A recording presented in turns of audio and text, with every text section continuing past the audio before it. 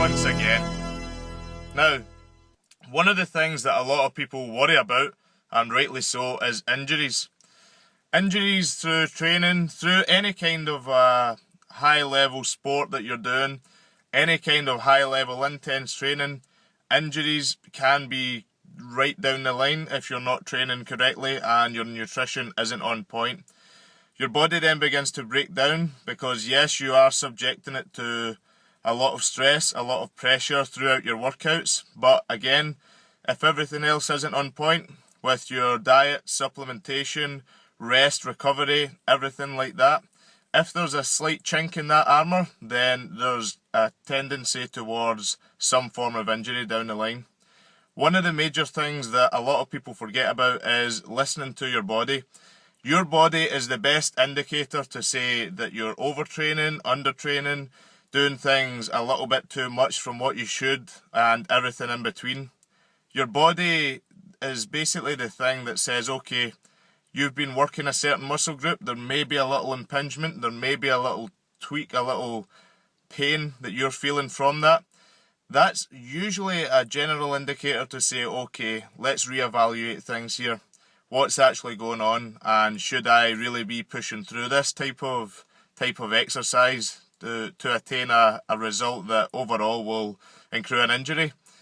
First and foremost, any time that you do feel as though there's a slight pain or a slight unsure feeling that you have towards an exercise or anything like that, think about what you're doing with the exercise, think about the intensity that you're putting towards it, and think about if there's something that you could maybe change with that exercise to maybe target another head of the muscle or target the muscle from another angle that doesn't give you that kind of a pressure on secondary muscle groups.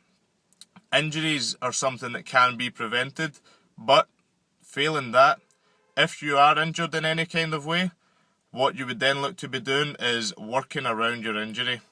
When you're working around an injury, it does a couple of things. Number one, it keeps your sanity when you can't make the gym, or it keeps your sanity when you can't train a specific muscle group. Number two, it also speeds up the recovery process. When you are working out, when you are doing any form of training, your body then says, okay, we're more in sync with what we're doing, we're recovering better, skin's rejuvenating better, absolutely everything for your muscles, your body, everything is better in sync when you're putting it through a physical workout. Your central nervous system begins to take pressure, take stress, and is then basically forced to help your body repair.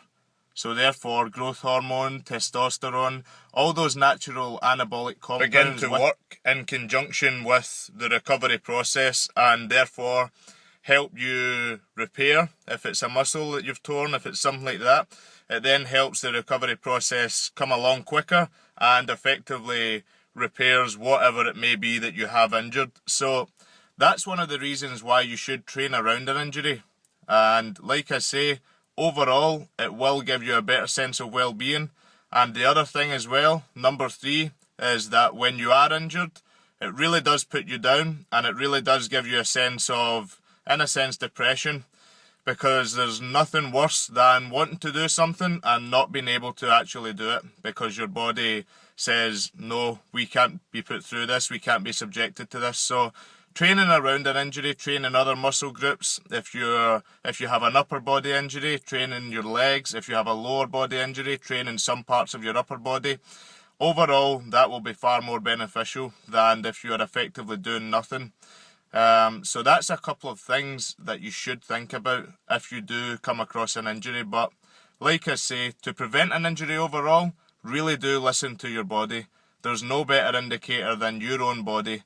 If you can decipher between discomfort from post-training delayed onset muscle soreness and injury pain from a real pain from a muscle or a joint, then you'll be able to decipher if you are going through an injury or if you're really just sore from the gym.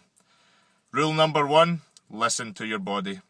Until next time, I will see you guys soon.